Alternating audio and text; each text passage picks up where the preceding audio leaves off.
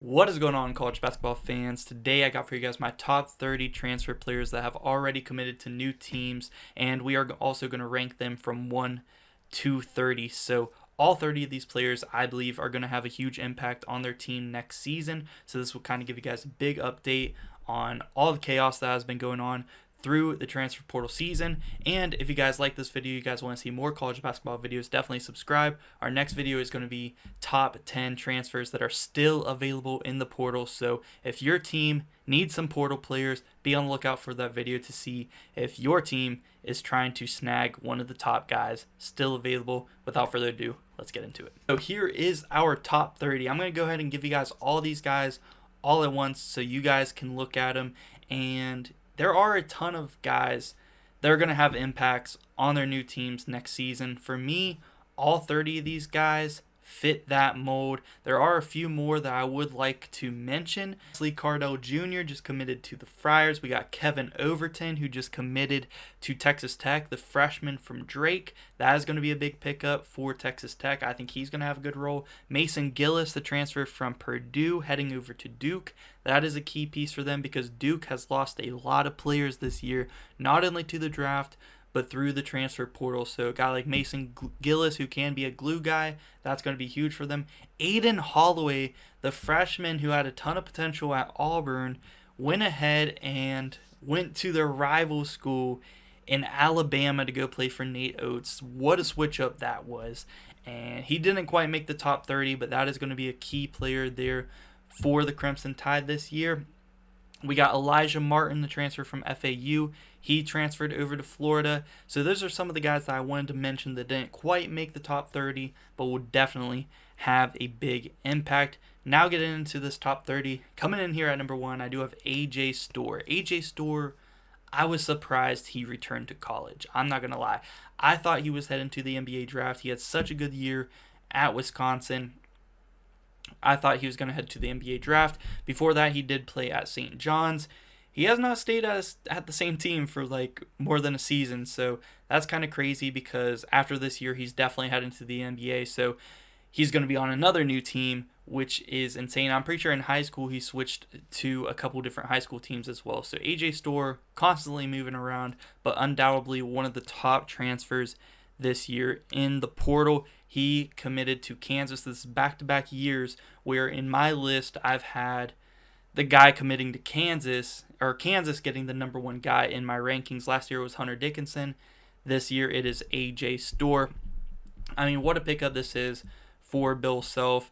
I think that he is going to he's going to be such a good fit for this Bill Self Kansas team at the point guard position, a point guard that can score, pass the ball. I feel like his facilitating is going to get better in this Kansas offense. Just such a huge pickup. AJ Storr, definitely my number 1 transfer this year.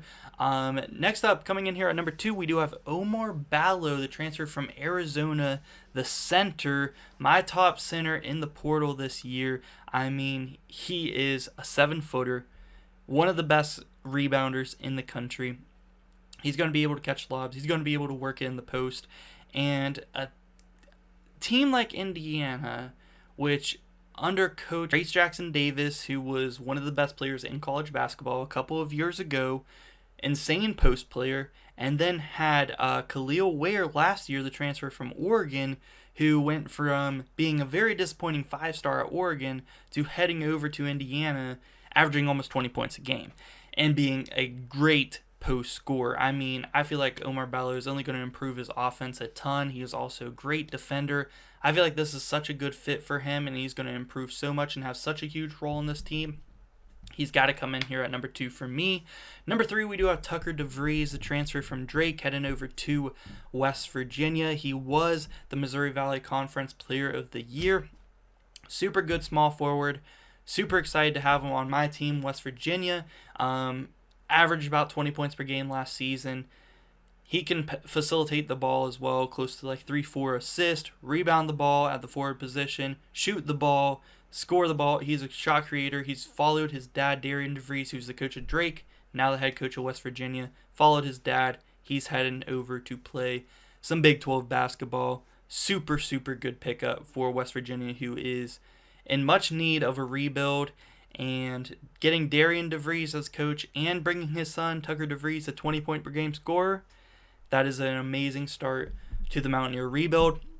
Number 4, I do have PJ Haggerty, the transfer from Tulsa, staying in conference, heading over to Memphis to play for Penny Hardaway. And Penny Hardaway is having maybe the number 2 transfer class this year. We already talked about Indiana getting Ballo. We're going to talk about Indiana getting a couple more guys, as you can see. I think Indiana has the number 1 transfer class. I think Memphis probably has the number 2. Kansas has the number 3. All having really, really, really good transfer classes this season. All 3 teams are going to be dangerous this season. But PJ Haggerty, only a freshman last year. He was a redshirt freshman, but he still does have 3 years of eligibility remaining. Going to play with Penny Hardaway, who has coached so many good point guards since he has been the coach of Memphis. He knows how to get them or get them improved, get them like NBA ready. Such a good pickup here getting PJ Haggerty. We're going to talk about another guard who is going to be the duo with him next year here coming up at number 15. But at number 5, we do have another point guard, Jeremy Roach, the transfer from Duke. This is one of the more surprising transfer portal players, in my opinion. I think Jeremy Roach, he has been a veteran the past couple of years at Duke. He led them to the Final Four in Coach K's last season. I don't know if he led them, but he was a key part of that. He was the starting point guard. And yeah, I was surprised that he went off and left Duke. But what a place to go here with Scott Drew in the Baylor Bears. Such a good fit because Scott Drew, a lot like Penny Hardaway, coaches really, really good point guards. And now he gets a veteran point guard. He's been coaching really good freshman point guards like Keontae George and this past season Jacoby Walter. So getting Jeremy Roach is going to be huge. They got another 5-star guard coming in, I'm pretty sure, this season as well. Baylor, going to be good once again. What a pickup this is for them. Robbie Avila coming in here at number 6, the transfer from Indiana State. Such an icon he was this year.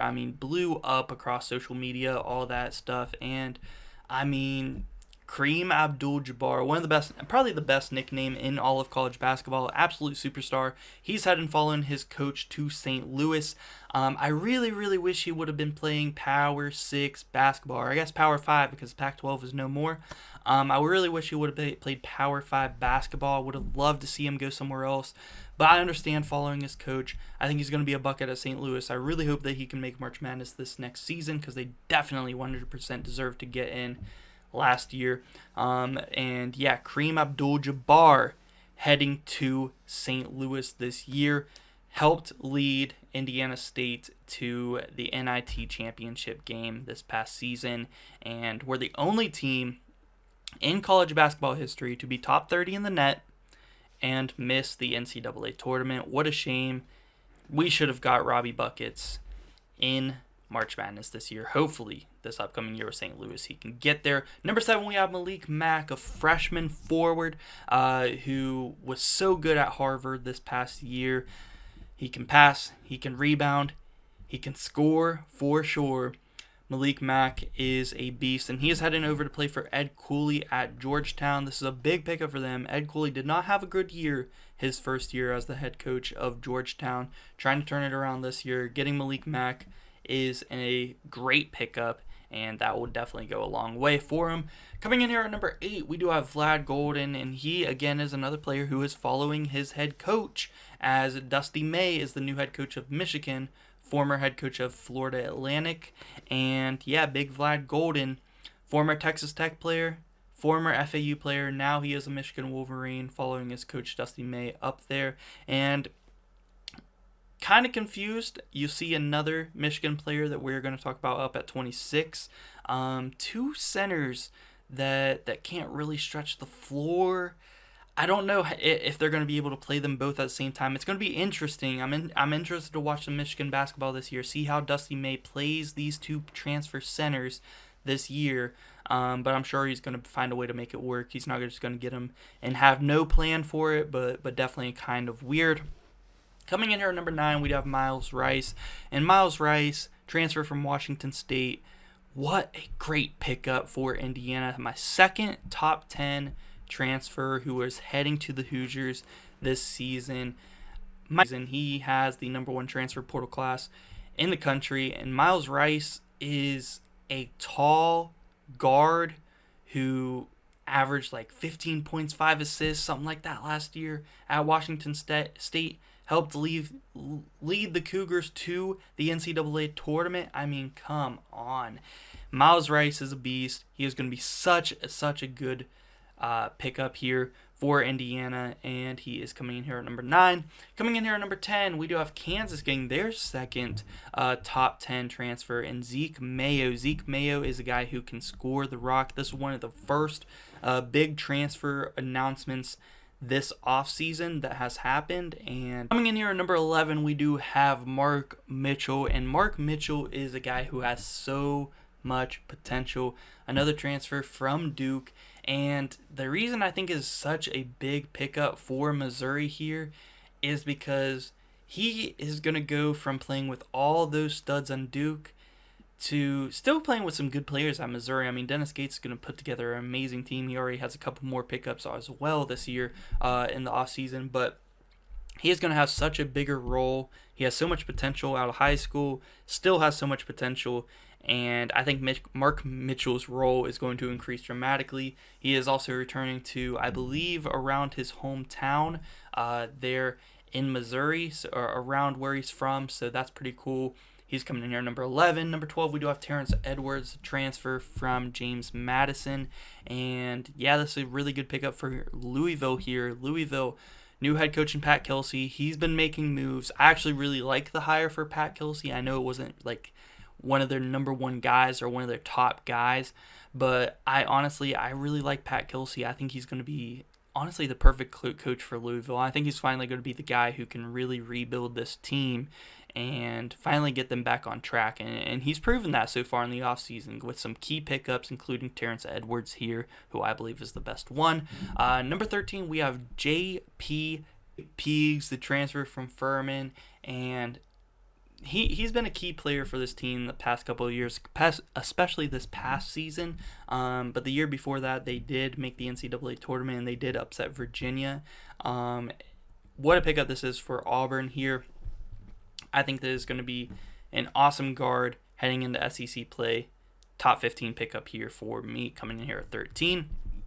Number 14, we have Jacoby Gillespie. Couldn't fit his full name in here. It wasn't really going to fit with the logo and all that stuff, so I put Gilly. But Jacoby Gillespie, a transfer from Belmont. Super good guard, and I honestly feel like this is kind of what Maryland was missing. Like, I feel like Maryland had a lot of hype heading into the next year, but I feel like this upcoming year, Maryland is going to be kind of like that, and it's going to have to be the year that they kind of compete there in the Big Ten Conference. And I really like Jacoby Gillespie. I think he's going to be a key point guard, a key player for this Maryland team, and could be the guy who kind of gets them back to the NCAA tournament this upcoming year. Super excited for this pickup for the Terps. At number 15, we have our second Memphis pickup that we're going to be talking about, and that is Tyrese Hunter, the transfer from Texas and former Iowa State player as well.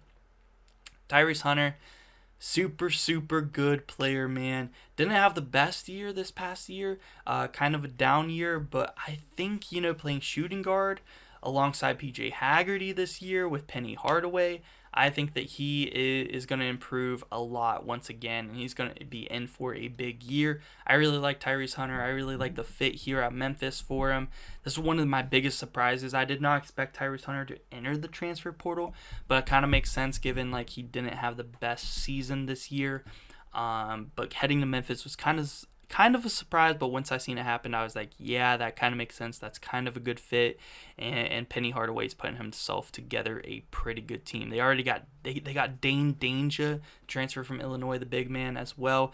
If David Jones comes back for this Memphis team, look out. This Memphis team, I know we hype them up a lot, and they never end up actually winning the conference, but this Memphis team could be a top 5 seed. If David Jones comes back, I think Memphis will be a top 5 seed in the tournament next year. Coming in here at number 16, we got Tremont Mark, former Houston Cougar and this past season former Arkansas Razorback. He was part of that stacked transfer class that Arkansas had this past year that was really disappointing. He is now heading over to Texas. Interesting fit there. I'm excited to see how he does. But I think, honestly, I believe he should have stayed at Houston. If he would have stayed, some of these guys, like, it makes sense for them to transfer, but I feel like Tremont Mark, one of those players, if he would have stayed at Houston, his time would have came and he would have been a stud there this upcoming year. Coming in at our number 17, we do have Doug McDaniel, transfer from Michigan, heading over to Kansas State. He is the exact type of player that Jerome Tang likes to get, and I think that he is going to fit in there flawlessly. One of my favorite fits of the transfer portal. Michael Ajayi coming in here at number 18, the transfer from Pepperdine. Super good scorer at Pepperdine and heading over to Gonzaga to stay in conference. I think that is going to be a key pickup for them because I feel like Gonzaga is missing some shooting, missing some guard play a little bit. I feel like this is going to help them out a lot. Coming in at 19, we do have Chris Youngblood, the transfer from South Florida this past season, and a lot of people hyping up like, yeah, look what he did at South Florida. Look what he did at South Florida. Turned that program around, and he did. But they forget the year before that, he was at Kennesaw State in Georgia, and he helped lead Kennesaw State to the NCAA tournament where they almost upset a 3-seed Xavier in the first round. That was a Xavier team that had Sully Boom, Colby Jones, Jack Nungy. That was a stacked Xavier team. Chris Youngblood has been a stud since his Kennesaw State days. Now he's finally heading to the Crimson Tide to play for a Nate Oates team that just made the Final Four.